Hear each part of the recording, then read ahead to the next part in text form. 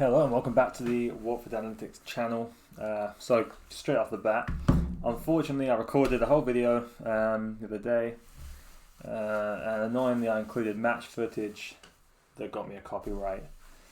Well, got taken down because of copyright. I did some match footage of the previous game against Preston, but also that they had the QPR, which it's a shame because it was a good segment. I was proud of it. I thought it would be something that would be quite interesting, but unfortunately it got taken down. So I'll try and see if there's any ways to get around that in the future, because I think it adds something quite interesting to the visual kind of element of it, and it allows us to discuss things in a different way and kind of have that visual representation. So obviously this is coming out a little bit later now because I have to re-record, and as I say, it's been a bit of a busier week, so it's a shame that we're doing this now as we are. But because of that, I won't be looking too much at the Preston game. It's been talked about a fair bit. Go over and listen to the Watford Buzz podcast if you haven't, or I'm sure you've heard a fair bit about that game by now. So we'll look more ahead to the upcoming game against QPR, and that'll kind of be where we'll look through this video. It'll be a little bit of a shorter video just because it'll be less to cover, and I'm not including the video as I'd originally planned. Alright, let me just make sure I'm in the right place. Okay, so let's actually have a look, because there was some team news that came out real quick, which we'll have a look at, and then we'll get into QPR and talk about them, which will be an interesting game. Is obviously we came off a decent. Well, I guess just discuss the Preston game briefly, but it was an up and down performance in the sense that we were able to control for large parts, but we weren't able to impose ourselves or penetrate the opposition quite enough. We did get the ball forwards. I thought Asprilla was great, but the two forwards they struggled a little bit. Bayo offered a little bit more for me. I'm still liking some of the movement there, but obviously since then we've had that game against MK Dons, and there's quite a few. I didn't get to see the game yet, but there's a few who are quite disappointed with the performance of those two in particular. But as a whole, it sounded like the performance was quite bad.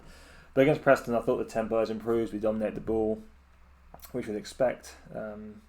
In that game, Preston were happy to give it up. They played with energy and commitment, which often I think maybe they looked more dangerous than they actually were at times, Preston. But I thought for large portions we controlled it. The same problems we still saw outside centre-backs, the wing-backs being on the wrong side and so on. But yeah, so we're hoping to see some improvements. We'll talk about where we could perhaps improve, but also what we have to watch out for as well. So looking ahead at team news, late decision supposedly we made on Ismail Assar and João Pedro for us on the Saturday at home to QPR.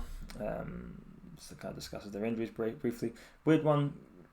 Kean Davis continues to suffer with illness and won't be involved in his QPR, which is strange. Continues indicates that this is the reason he hasn't been involved in the last game, but it was match fitness was discussed. But yeah, strange, but we'll see.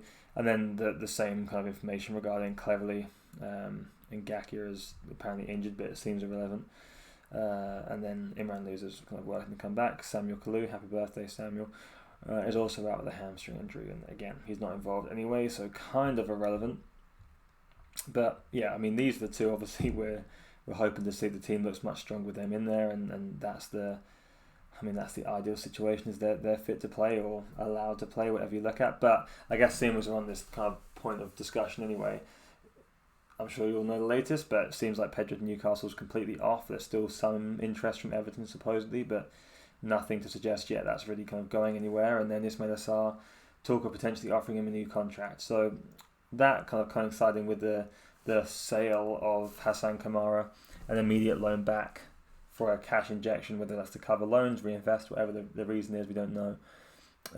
But hopefully these two will be part of the team going forwards, and Rob has them at his disposal. So we'll look at QPR. It's a little bit of a different one for us. We've played against a lot of three at the back systems. We're going to playing against a 4-3-3. It's a slightly different style than what we've had. Michael Beale operates in a fairly attacking 4-3-3. Well, I say attacking, say more robust is probably the fair way of saying it. There is support from fullback, especially now they have the support of Ethan Laird at right back. Obviously, someone that we've been linked to in the past, and for whatever reason that deal didn't go through. But he offers a lot for them. He was good against Rotherham as well. He offered them a lot of width and up and down. Obviously, both way player. He's a good player. I think it would have been good here actually, but Anyway, that's a different matter. But fullback support is good. Interchange of the kind of attacking three behind Dykes there. Roberts and Willock are more than happy to come centrally, and Cher as well as more than happily to get into wide positions. He's really dangerous, and he's one we'll talk about in terms of trying to stop this team. There are some frailties. I think this area here, the right side, is where we would look to press and possibly break them. But it's not going to be easy. It's going to be a difficult game, I believe. But yeah, we'll talk about them a little bit more. We look at this game now against Rotherham here. They were more dominant in possession, but that's not really much of a surprise. But they got lots of shots away, shots on target, obviously. And they've caused a lot of corners. Obviously, majority possession is kind of standard what you expect for this sort of performance here, this sort of team. Turned the ball over a fair amount, but they had a lot of the ball, so not surprising. And yeah, in terms of the shape and so on, as I said, the three here is the real interesting one. The way they operate, the way they can move around. Two midfielders are going to sit a little bit deeper, offer a little bit more coverage, and not as much support from these two. As you might expect, they will kind of quite happily sit back and defend that back line and allow this front four to really kind of be that driving force with the support of the fullbacks. Having someone like Laird that's mobile enough to really get up there but still get back in enough time just gives you that flexibility. And it was interesting to see them play against a back three, because obviously it's similar to what we're going to be operating with most likely. Obviously we could change to a 4. Playing against a 4, we might even feel comfortable doing that even more so. But against this three here, it was the ability of Willock and Roberts just to really isolate the outside centre backs, which made it difficult for Rotherham. It's always a risk, especially when you get that doubling up situation. The wing back has to cover a full back and a centre and a wide midfielder. Then it starts to be an issue, and then you have to ask a lot more of those outside centre backs. You get them to play in that space a little bit more, and that's obviously where we feel less confident about, say, Cabaselli, for example. It's not entirely clear, because I've heard some reports saying that Courtney House now is available to play on the weekend. He obviously wasn't mentioned there in that team news section. For those, I'm sure you're all aware. Again, we signed Courtney House on loan. Left centre back, outside centre back will be where he'll be positioned for us.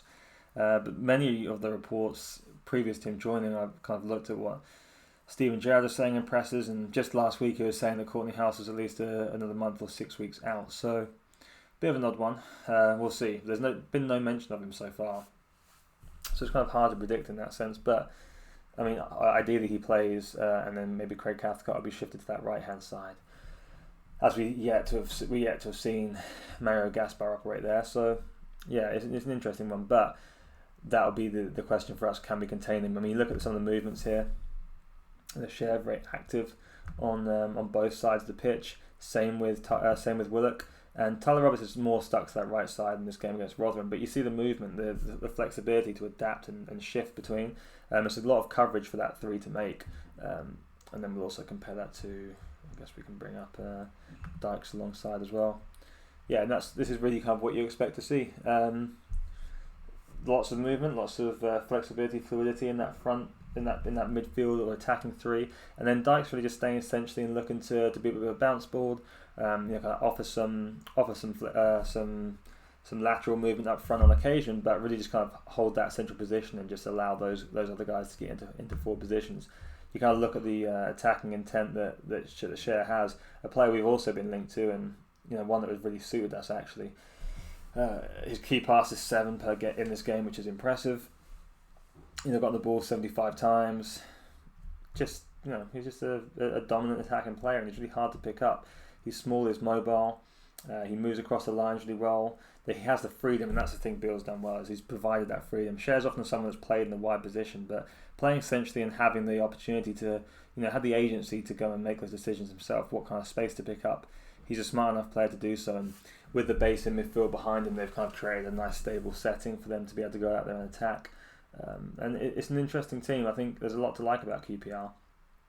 They've still got some frailties, don't get me wrong. I think defensively they're still explosible, and they can get a little bit bullied out of games as well in the forward areas. But they can also be effective too, and I think Laird will help for them. We'll kind of look at the fullback positioning here as well. See, left side is much more stationary. It's not as supportive, at least against Rotherham. Part of that is Lee Peltier did shut down Powell in a way as well, which is an interesting battle. But Ethan Laird obviously up to support. How many crosses did he get into the box? 4 crosses. Passing actually was okay. Defensively, he was pretty solid. He got some interception tackles, clearances. Yeah, and he's just an attacking threat, and something that we've got to really consider. If we do play a wing-back formation, then we have that to really consider. On the left-hand side, we're kind of lucky that the right is not as well functioning, not as advanced for them. But so on our right, I should say. But on our left, it's a potential concern. So for me, you'd want to see.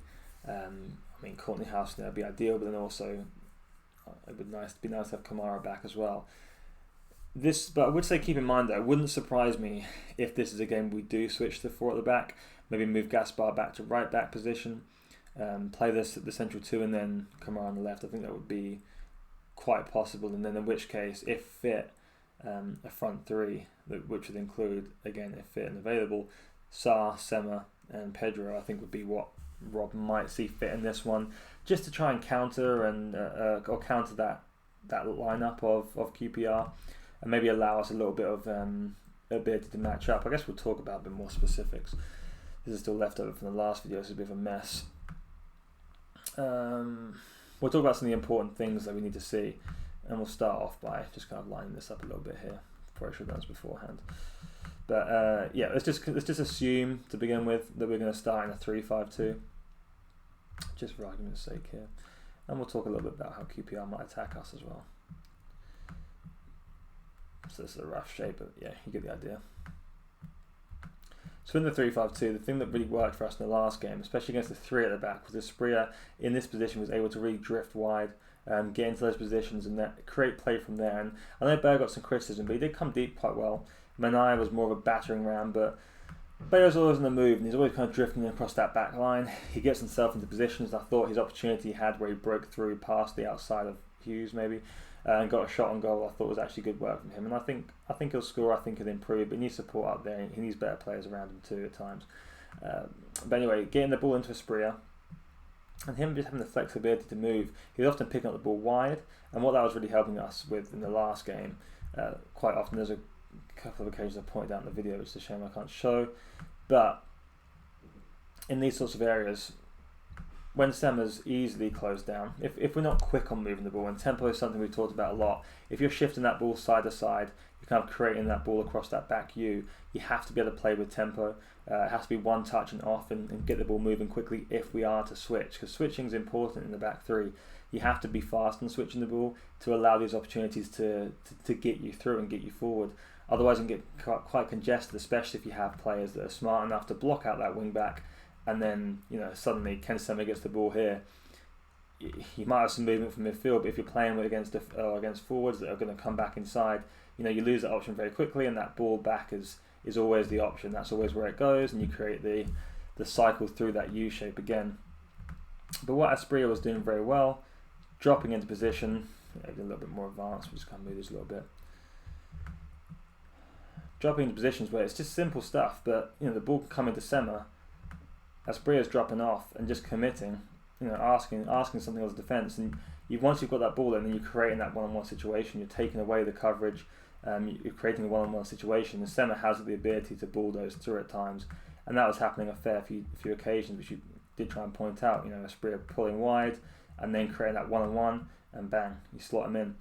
Pedro's also able to do the same thing as well. We saw that in the previous game where Pedro was playing as well. Pedro and Aspria. Oftentimes you're seeing this sort of shape where you've got maybe a bit of an isolated striker, and you have to work on kind of getting the ball with a little bit of patience, but you kind of have the two midfielders, or the attacking midfielder and the central striker dropping off and creating more opportunities just to have interplay and just get that ball forward, because we struggled with that, especially with the outside centre backs not being the most progressive.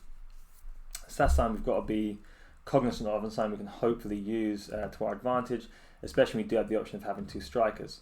Obviously, if we play the 4-3-3, then things might be a little bit more matched up, and maybe we don't need that. It's not as crucial to our game plan. But certainly, if we are to play with the back 3, I think it's something we have to be really good at, or we have to do well at in this game.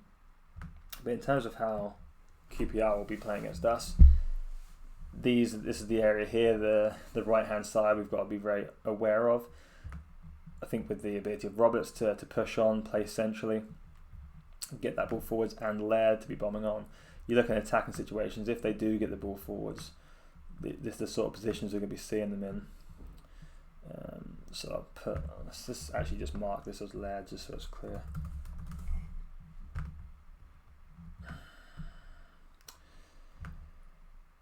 So yeah, I expect the back line to stay pretty concise there, not be too exposed.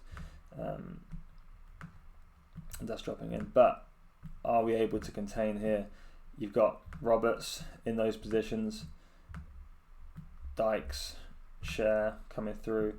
You know, we're creating mismatches. Can we be tight and contain? Yeah, we can. But how much this is going to be us caught on the break and then countering. Because if we do this with speed, it's going to be a tough thing to deal with. But what I don't like, as long as it's going to be this way, is the outside centre back being isolated, and that's always the problem. If Laird is carrying the ball, and obviously that's Kamara or Sema's job to engage. If he has got the opportunity to play into Roberts and then run at that outside centre back, that's a problem. The same goes to reversing the side with Willock as well. That's also the issue. So it's all about, for me, it's going to be tempo and possession, quick switching of the ball, trying to find that opportunity to play wide. If we play in a more traditional 4-3-3, and I think it's going to come down more to that basic matchup of who's better. I think from a tactical standpoint, based on the strengths and weaknesses of QPR, I'd probably in this game encourage a 4-3-3, just to really pull apart that QPR team. But then on the other hand, if you're confident in your ability on the ball and you want to dictate the tempo maybe and dominate the ball, have more possession, then maybe the back three is a better idea in the sense of giving yourself possession opportunity. You're going to have the chance to retain the ball a lot longer. But how much do you trust the incisiveness of your team? I think a lot of it comes down to the availability. If he has Sarr and Pedro available, then you've got a lot more flexibility to kind of pick your approach. And there's nothing really. I mean, they've got the personnel to switch in game if he plays the right personnel. So it's going to be fascinating to see how Rob deals with this one. That's the fun thing for me, and it'll be more enjoyable once we have a set squad and we can really have an idea. But it's good to have a coach we feel like we can be making these changes. We're not going to go into the same game every single time the exact same way, no matter what. There's opportunity to bend and find other ways to win games. And this is one here where I'd say so far this has been the most tempting to switch for in a proactive way. Not because we have to, because we haven't got this player available, we haven't got that player. But in a sense, I think there's an advantage to be had by doing so. So let's see if we do find another way of kind of breaking this QPR team down. But I'm interested to see how they react too, because they might even, there's nothing to say they couldn't come to Vicarage Road and try and dominate the ball themselves. And yeah, that'd be, I think, beneficial for us still, because I think even as a more possession-heavy team we're trying to kind of go towards, we still have the raw materials of a good counter-attacking team that's naturally ingrained in that DNA of the team right now. Sarr and Pedro and so on, they know how to play on that break. It suits what they do, and you're always going to have that element. No matter if you look to dominate the ball more, those opportunities arise. And if we actually do start to include more turnovers and have more of an aggressive press off the ball, then those sorts of situations will come up more and more. I'm actually a little bit surprised so far we've not been quite as effective or quite as active in the press as I thought we would be when Rob came in. But yeah, so we'll also look quickly just at QPR again. I'm going to look at their passing network, just trying to see. I actually know it's going to be very right dominant. So passing, this is from the last game against Rotherham as well, and you see the connection building to the right. Obviously left back staying deep, but this is where the game is played. Into Laird, we've got the width in Roberts that's still coming narrow, and that's what Roberts likes to play. He likes to play in a more kind of not central but more infield, and then obviously Dykes kind of being that kind of bounce board again, and Willock again very central too. So they do try and create. This is the area of note for us. The game is won for them on the right side. So can we neutralise that? Can we avoid this situation we just discussed, really, isn't it, as well? But kind of this sort of pattern. How do we break it down? How do we get the right coverage? Can we be aggressive in the centre back position? Do we have the ability physically to get Cathcart tight and let Serial to mop up, pull Kabasele in, or whoever's there? Yeah, and maybe even the right hand side is enough reason in its own to look at switching, or switching shape, that is. But yeah, so I know it's a briefer video.